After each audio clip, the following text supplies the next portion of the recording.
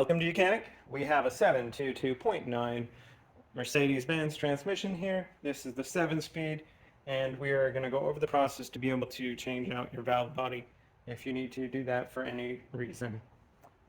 You do note that your valve body has a VIN number that is built into it. There's some electrics there, and that VIN number needs to match the vehicle that this valve body goes on. Otherwise, you will have to do some coding, or have somebody do the coding. Right, so you can replace the valve body while it's on the vehicle. You don't need to remove the whole transmission for that. But if you do need to take off the bell housing for whatever reason to get to the oil pump, if that's been damaged, then the valve body does need to come off. And of course, you would remove the whole transmission from the vehicle. So that being said, it's removed from the vehicle. We have it on a table, something to catch the oil. There will still be oil inside there. We're going to have some oil come out. And so we are going to, the ISM has been removed. You don't have to, just to make sure that we don't damage it or break it. I've removed that. So now we're going to rotate this transmission over to be able to go through the process to remove and replace the valve body. Stuffed a wood block under there just to stop it from rolling. And now we need to undo these bolts here, the 6 that go around, to be able to get the oil pan to come off. This right here, because this is an S400, this has an auxiliary electric oil pump versus also the standard oil pump that is part of the transmission itself. So no issues there. We're just going to leave that right there, but we will undo these bolts to get the oil pan off. All right. So we're going to remove these bolts. They are an E10.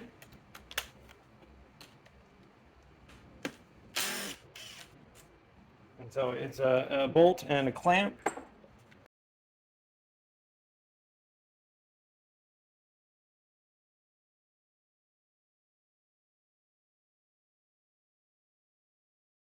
All right, we removed the bolts, and now just get this oil pan to come off.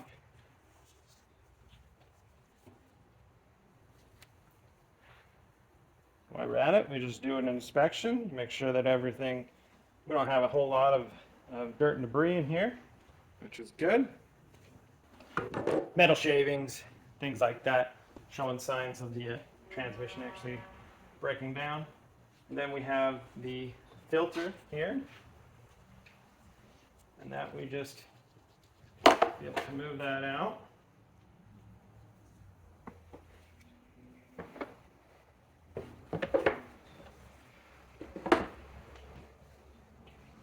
All right, so ready to remove the valve body. We have these 4 bolts on the back side, and then we have 6 on the front. So all these silver bolts or screws, they're T30. Those are what we are removing to remove the valve body. We're not removing all these other little bolts that are holding the valve body together in all of its various components. We just need to separate this from the transmission unit.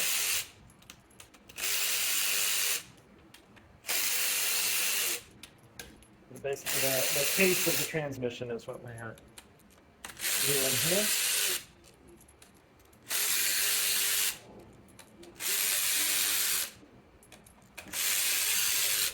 All right, so we removed all those bolts,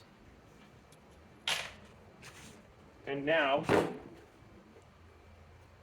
be able to move this, we need to use a little bit of pry bar, but just be nice with it, moving it out. We also want to make sure right here is the electric port, and so you want to kind of make sure you put your hand and push that out so that the O-rings don't bind in there and get it stuck in there. All right, using a little pry bar here, and nice and easy, but just kind of pulling up on it.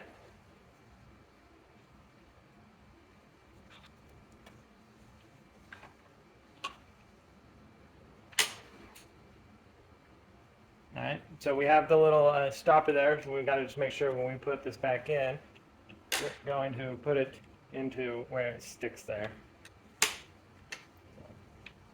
That's for the gear. See, the biggest thing is it's holding up on the O-rings here.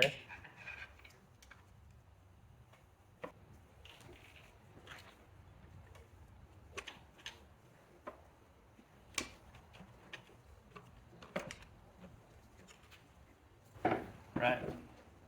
It's come free. Now, you can just pull this whole thing out, and this is the valve body